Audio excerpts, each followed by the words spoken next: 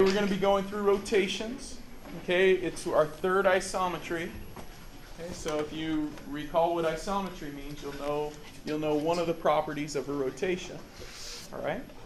So right now, let's go ahead and get that down. Define rotation. I want you to look through example 1.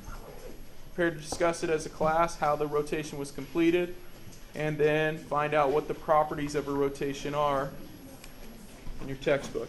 There you go. Sorry, the last of the second line was cut off there, but there you go. Someone please volunteer to tell me what a rotation is. Maddie, what do you think? Movement around a fixed point. Good, yeah, a movement around a fixed point at a specific angle. Now, it's important for us to recognize that we will always be rotating in this class. We will always, and in most classes, but we will always be rotating counterclockwise.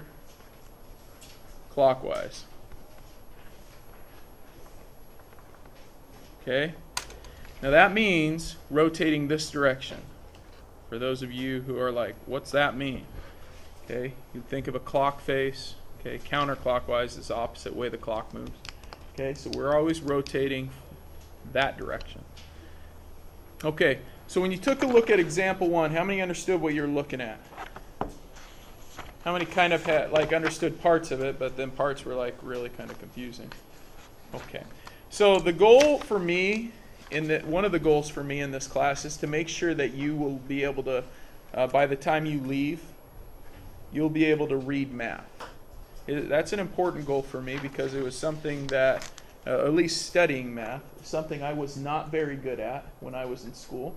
However, I was very good at math, if that makes any sense. Okay, I was like one of the top in my class. However, I didn't know how to study the math. I wasn't good at taking notes. I wasn't really good at reading the books for information. And that's something I had to learn quite quickly in college. Otherwise, it would have been a long process. It was long enough. I'll explain that another time. But this example right here, we take this picture, triangle LOB. We're rotating at 100 degrees about C. So here's C. The first thing you really need to be able to do after you find that point of rotation is it's helpful if you have a straight edge, which a compass works well for. A protractor works well for. Okay, so when you take your protractor, if you look at your point of rotation to just pick a vertice, so I'm going to pick O there. Okay, when I'm rotating at 100 degrees, notice I've drawn in that line just like they did. You have to know how to use this protractor to make it helpful. You see this line right here? All protractors have this little cross down here, and some have a little circle here. Some you actually just line up with the base. It depends where 180 degrees is. So if you have your own protractor and 180 degrees is actually way down here at the base, then you're lining up the very bottom. There should be a little crosshair down there. Okay, Emily, is that how yours is? Okay, so yeah, so some of them are a bit different, right? And I know some of you make these in manufacturing tech. Is that right? Okay, how many have made your own? Are you using yours? I forgot mine. Oh yeah.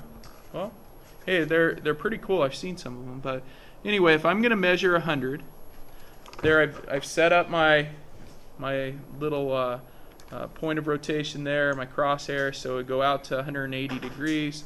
So if I look out, that would be 180 or 0, depending upon which way you think of it. And if I want to go 100 degrees, well, when you're reading a protractor here, you start looking around and you start moving this way till you get to 100. Well, there's 100 here and there's 100 here. So two different hundreds, right? 100 degrees is past 90. So if you're thinking of having like just a angle opening up, so if this highlighter represents my angle, and I kind of, let me move this over so we can see better, and I kind of swing it open here, notice my angle from there to there, that's less than 90. So if I'm looking at this measurement here, would it be 150 or 30? Everyone? Yeah, it'd be 30, right? Because it's less than 90. So if I want 100 degrees, 100 degrees is greater than 90. Well, there's our 90 right there. So from that point, 100 degrees is this 100, not that 100. If I went to this 100, I'd be going less than 90. So my 100 is right there, and I've marked it out just as they've done, and then I could draw my line in. All right, so this is doing an actual construction for a rotation. Now, we're not going to do constructions this whole time. Okay, that takes a lot of extra time that I just don't think is something that's terribly important for our course. But that's 100 degrees. Now you'll notice they've done that here. That's how they got that line. Okay, then they've taken a compass to mark that off. They actually measured this distance right here, and they've marked it off here. So they've said, well, that measure is that far, so I'm going to go up that far here, and I'm going to mark it off, and that gives me O prime. Now we're not going to do that. Okay, I do want it to be measuring 100 degrees though. So what you would do is you would take, based on what you have, the tools you have, you take your pen and plastic, and once you know what 100 degrees is, you can put some points here. You don't have to draw the whole triangle like I did, but at least labeling it. And then there's my line, and I could rotate that around like that and make sure it lines up, and then I'd be able to say, hey, there's O. And in fact, based on this, there is that point and that point. Right? Now, those points I didn't label, so the one closest to O is L, and then, so that would be L prime, and then B, which is B prime. Okay, so the pins and plastic are helpful in this case. For those of you not sure, that's called rain. So if you were wondering what that sound was. All right. So there would be our rotation. So do we need to use a protractor? Yeah, I used one. Do we need to use a compass? No. What are we using instead of our compass? Plastic and pins. Okay, so those of you that use the paper towel, that'll be helpful today. Those of you that just like lick it and then wipe it off, that's gross, very sick. I would get a piece of paper and plastic. I saw some of you yesterday smearing saliva all over it. I know, it's sick. I know, some of you get what I'm talking about. That's gross, man. Use paper and plastic, or use paper towel and water. That's why we have it over there. Paper and plastic. Yucky. All right, any questions? How many think you understand it a little better now? Okay, that's the process we're going through. Any questions at all? Ask your neighbor if they have questions. Sometimes they don't like to answer.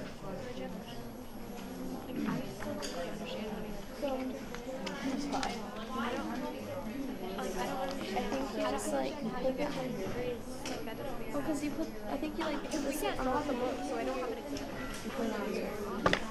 Like put it here, and then you like find. I was asked a few questions about this again, so just making it clear, they've actually constructed from C to L and C to B. They did that here, and then they rotated them.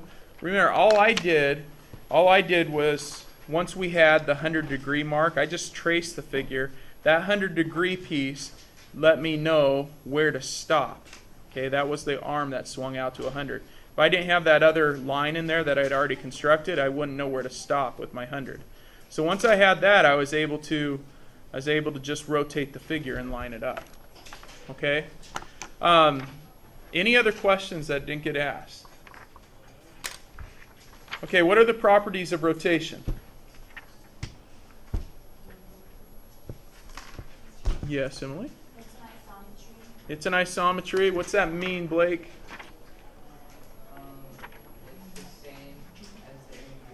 Good. It's the same as the image before, right? The pre-image and image are congruent, the same size and same shape. Good job.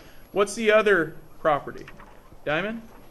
It doesn't change orientation. Good. Doesn't change orientation. So the properties, it's an isometry, which means it doesn't change size or shape, and it does not change orientation.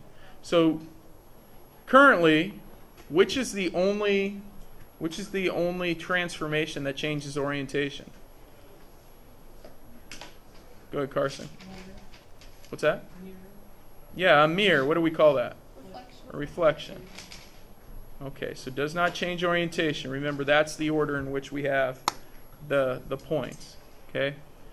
All right, so we're going to go through a problem together. Your assignment today is this sheet, example side, as well as, so why don't you write it on there right now, it's example all, okay, plus on the mixed side, you need to do problems 7 through 9. So these three right here. Okay? That's it. Yep. Don't have to do anything else on the mixed side. Okay? So, taking a look at this, we're going to work through problem number 1 together. So right now, if you don't have your pen, plastic out, all that stuff, go ahead and get that out. I want to start going through number 1 together. All right? So everyone has that? Yes, sir. I left my plastic at home. I have my pen though. I can loan you plastic today. I'm loaning out a lot of materials today to students. You're the third person. So you guys, the reason there's a hole punch in it, that's so that you can keep that in your binder. I expect that. In terms of pens, I don't have pens to loan out, man. So I've got one left that someone said is dead. So you can try it. Did you need a pen? Okay. You can try it, but come on over and grab it. If you need plastic, come over and grab that piece. So, guys, you need to keep this stuff in your folder. That's why you have it. Okay? If it's water soluble. You got to read, yeah. Make sure they're water soluble, otherwise you're writing unpermanent. So, okay. Expo, I think, is dry. It could be a dry erase. Okay? So make a dry erase. It's not going to erase that well. Might erase, but. How many of you are selling your pens on eBay? Well, I know. I'm like, where would you put them? How many of you go home and clean out your backpack every night? Okay, if you use that stuff at home, like I would tell my own kids, dude, put it back in your bag when you're done. Don't play fetch with the dog or anything like that. Go get the pen, okay? Or don't just leave it on your table. Put that stuff away as soon as you're done. I know that seems very type A, but that way when you get to school, you have your stuff. Really. Otherwise, we just don't have it. I won't keep handing stuff out. Last year I made students, if they're listening, here I better pause this. Don't feel horrible if you forgot it, but cleaning tables and scraping gum, that's no fun. Yeah, no. As much fun as I think it is, you probably won't. Okay, this is example number 1 off your assignment. Okay, I've cut it out so I look cool. Yours, you didn't cut out, but you'll have plenty of room right there. It says, draw the image ABC under a 45-degree rotation about R. So this is the first one on your assignment. I want you to work with your group. You get as far as you can on it. I'm pretty sure some of you get stuck. Okay, now for those of you that are struggling getting started, I assume everyone can put those points on there. Now, if you couldn't do that, that's not a good thing. All right. There we've got ABC, and I've traced point, or I've labeled point R as well. Now, there's one thing I don't have on there that I really should put on there. For those of you that really got it, what am I missing? Yeah, I need that line. I need some kind of line to help measure my angle. And I quite honestly think as close to a horizontal line as possible is the best line to use, just because your eyes seem to work better in that sense. So I'm going to draw that line in there. Now you could have went a line to any of the points. Okay, but I'm going to have that one in from C, which means now when I'm putting it on my plastic, I'm going to actually show that line right there. So if you were to look at it, that's what I've traced. And what I want to see is a 45-degree rotation about R. That means rotating about point R. That means if I was to put a nail into this, okay, I would rotate counterclockwise 45 degrees. Now, is that 45?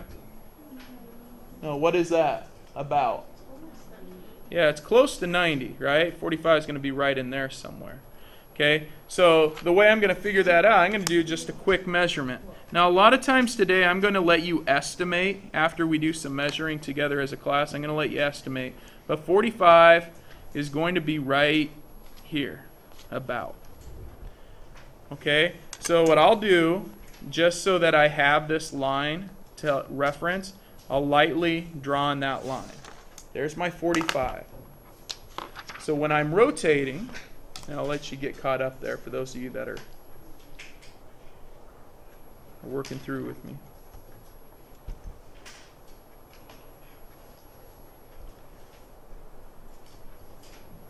When I'm rotating now, I'll put my point back there. I will just hold it there at point R, and I'll rotate it until that guideline I had lines up with my 45. And once it lines up, I know I've rotated at 45 degrees. Everyone see that? So there's my 45-degree angle opening. Okay, and then I can, now note this isn't extremely precise because I'm lifting my plastic. Okay. Oops. Unbelievable. But there we go. That's supposed to be right there. So, all right, so I have point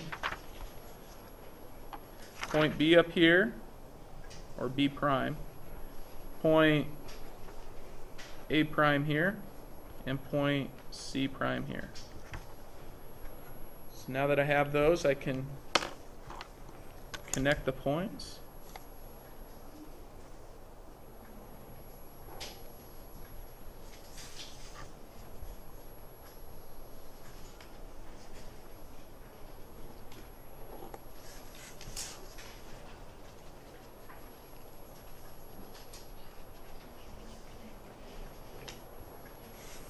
All right, and sometimes it's nice to shade the figure so you can see it a little better, the image.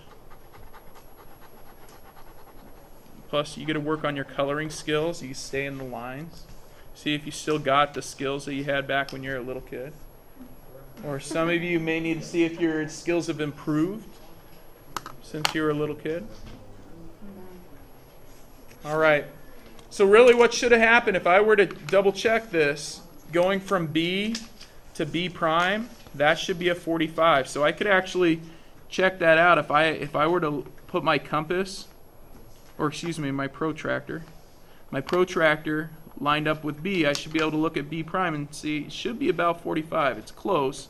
Now my skills aren't amazing, but you know, pretty close to 45. And the same thing if I went out to A and kind of laid it out there about where A would intersect. Okay, well A prime looks like is about 45, pretty close. Okay. All right. Okay, everyone rate themselves 1 to 5 right now. 5, you got it. 1, you're still struggling. Where are we at? So you got to pick some numbers, man. Don't copy your neighbor's numbers. It helps me to figure out who I need to touch base with here in a minute. Okay, very good. I will be walking around. I want you guys to give number 2 a shot and have some questions ready for me so working on number. You guys, number 2. Some of you are really struggling with this one. Okay, and it's because when you're there, if I draw that line, which from what I've seen, most of you have drawn that line, and most of you have done a good job. You're doing this. You're like, okay, I can trace. I'm good, and there, and I've got my line, and this is S, and this is E, and I got D and F. Now, how many have made it that far? Now, the problem I'm seeing is students, when they're rotating, they're going, okay, I'm going to measure how many degrees? 120. 120. So they're like, all right, I'm measuring 120. I'm going, okay, I've got here, and I'm measuring 120, so that's out here. Now, how many have done something like that and you have a line going off into space like this? Yes. Okay, now that's wrong, right? Now, can I borrow your pencil? Hey, stay with me right here because this is a common error. I would guess that the majority of the class have done this, especially from the ones I've seen. If that's your rotation, now note, E's going to be on this line somewhere. So if I were to actually take my figure and rotate it up from that point, like that, notice E is about right there. That would be about E prime. Now that's wrong, so don't be doing that right now. Note from here to here, as I've rotated, look at my arrow. Is that counterclockwise? Oh, that's clockwise. Okay, so you shouldn't have. Can I borrow that one? Thanks. You shouldn't have rotated that way, that direction. You want to go the other direction, the evil twin of one direction. Okay? So you're not here, you're rotating downward. Okay? So when I'm looking at my compass, or my protractor, I keep calling it compass. Okay? I heard some of you go, so you got to turn it upside down, or I've got to turn it upside down. You could do that. Some people like to. Saw like Chase back there, he's like just turns his paper. Okay, that messes my eyes up. I can't do that. That messes me up. I'm going to turn it upside down, and I'm rotating this way downward, right? So when I'm looking at this, and I want to go counterclockwise, I need to go 120 degrees. Well, some of you are like, well, how do I do that if it's from here? Well, I don't see it lined up with my line. Well, it's still lined up over here. It's just you're rotating from this direction. So 120 is right there. Okay, so if I'm doing that, that brings my line really lightly about right there. And so now when Diamond? Instead of using point E, you could use like point F and then. You could use any of the points you want, yeah. So in fact, I'd probably say point F would be an easier point to use, yeah. Okay? Oh, you know what? I drew my line from the wrong, and I drew it in pen. Unbelievable. Ah. All right, I drew it from the wrong spot, so, and I used pen. I didn't keep the pencil. That's my fault. Yeah, ignore this one. Sorry. You shouldn't do that. You should use pencil. And I was being so good I used pencil, and then I picked up my pen. All right, so we rotate that way, and notice now if E is right here, E prime's there, my rotation is that direction, the correct direction, okay? For those of you looking at it. Once again, you got to ignore the scribbled line, but that one right there. Okay, so I have that, and rotated it. I've got my E, my D, and my F are over here. Okay. All right. I see some of you surgically looking at the paper, or at the screen up here. You're like, oops. When I say surgically looking at it, you're looking at it like you're trying to figure out what you should like do next, as if you were a surgeon. I'm hoping a surgeon doesn't look at me like that if they're working on me. Okay, so this is A or D. All right, we got our E, we connect our points. And voila, there's our shape. Blurry as can be. There we go. All right. I'll be walking around, keep working. Okay, need your attention back up here.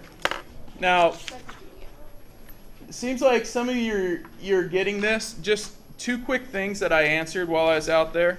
First one is this. How do you rotate your points? Hey, pretend like there's a nail at your point of rotation and just like I put my pin there and then I rotate about that. So the point where I'm rotating just stays put. Okay? That's the first thing. The second thing is on number 3. Now I'm trying to zoom out so you can see my whole paper. Okay, everyone see that? Number 3 says draw the image of LMNO under 180 degrees rotation about T. Now I want you to pay attention to my paper. Notice T's in the middle of this figure. Everyone with me? Stay with me now. How far have I rotated my paper right now? 90. How do you know that? It's a 90-degree angle, right? Everyone's right here. Ignore Mr. Vogel. Right here. That's 90. Okay? And then if I turn it again, how far have I rotated it? 180. 180. How's my figure changed? Yeah, your coordinates have just moved, right? N, M, and N were on top. Now they're on bottom. Okay, when you're rotating something 180, you're just flipping it over, right? If you rotate something 360, you're just turning it completely around in a circle. Like if I tell you to rotate 180 degrees, you're going to turn around, face the other way. If I say rotate 360, you're going to turn around in a circle. I can't remember what athlete said it a long time ago, but he got drafted in the NBA, and he's like, dude, we're going to make this franchise with me here. We're going to do a 360 turnaround, man. I'm going to turn this franchise around 360 degrees. They weren't doing too hot. It's like, yeah, I'm going to turn it around 360 degrees. Well, he obviously didn't understand math, because you turn it around 360, you're back to where you are right now, man. So if they're not good now, they're not going to be good when you're done turning at 360. Okay? So I think he meant 180. All right? So, It was all in the spirit. yeah, I guess so. All right. Hey, we're going to move on. I want you to take a look at example 2. Okay? Example 2 in your textbook looks like this guy right here. All right? So those of you that have to finish the problem you're on, you type errors, you're going to be stuck here in a few minutes, or at least a little confused. So stop and just read through this example right now on your own. Regular pentagon penta, because we're creative like that, is divided into 5 congruent triangles. So we got penta, congruent triangle, so we've got from the center, we've got a radius drawn out to each vertice. Okay? Name the image of E under a 72-degree rotation. Now, notice the word regular. Regular means what? All sides and angles are equal. Okay? So if I have a pentagon and all sides and angles are equals, that means when I divide it into triangles like this, that means all these little points are equal as well, all these little vertices. So if I have 360 degrees in a circle, 360 degrees divided by 5 happens to be 72 degrees. So each one of those is 72. So if I start at, if I'm rotating about here and I name the image of E, so that point, what does that point rotate to if I rotate it 72 degrees about X? Well, if I go 72, I end up at right there, which is where P was. Right? So 72 degrees takes me to P. So the image of that is P. The image of P under 216, well, 216 is how many 72s? It's 3. Okay, so we go 72, we go another 72, and we go another 72, so we end up at, oh, sorry, we're doing the image of P. So 1, 2, and 3. That's right there, which they've actually done for you right here. Okay, so you go 72, 72, 72. That's 216. You're at N now. All right, so number 5, name T under 144. Go and tell your neighbor there what the answer is. Okay, volunteer. Someone that has participated today? About X. Julian? E. So if we go from T, we go 144. That's 272. So 1, 2, we're at E. Good job.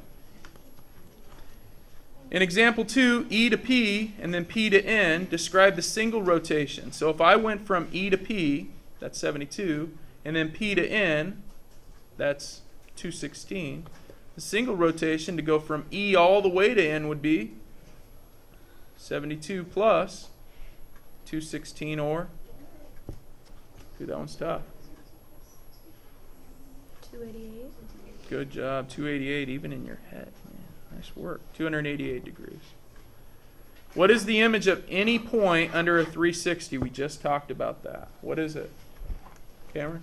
Same. Yeah, it's itself. Okay? It's itself. All right. Let's see if you get it. I want you to try on your assignment, example 2, numbers 4 and 5. Yeah. When you're rotating, you were doing. So we're rotating about point E. We have a hexagon. What is each of these angles? 60. Yeah, it's 60. 360 degrees divided by 6 angles is 60 degrees. Okay? So each one is 60. 60, got 60 there.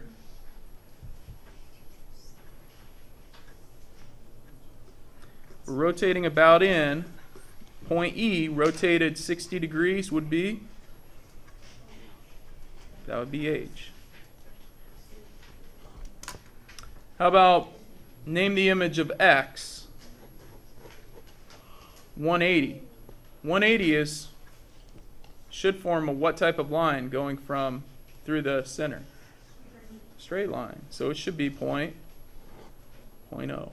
Okay, or if you did your 180 this way, there you go. That's 180 degrees. There's your straight line or half circle. Okay. We got it? Okay. I'm waiting. Yes. Oh, the next one. Yes. 10. How do you do 270? 270?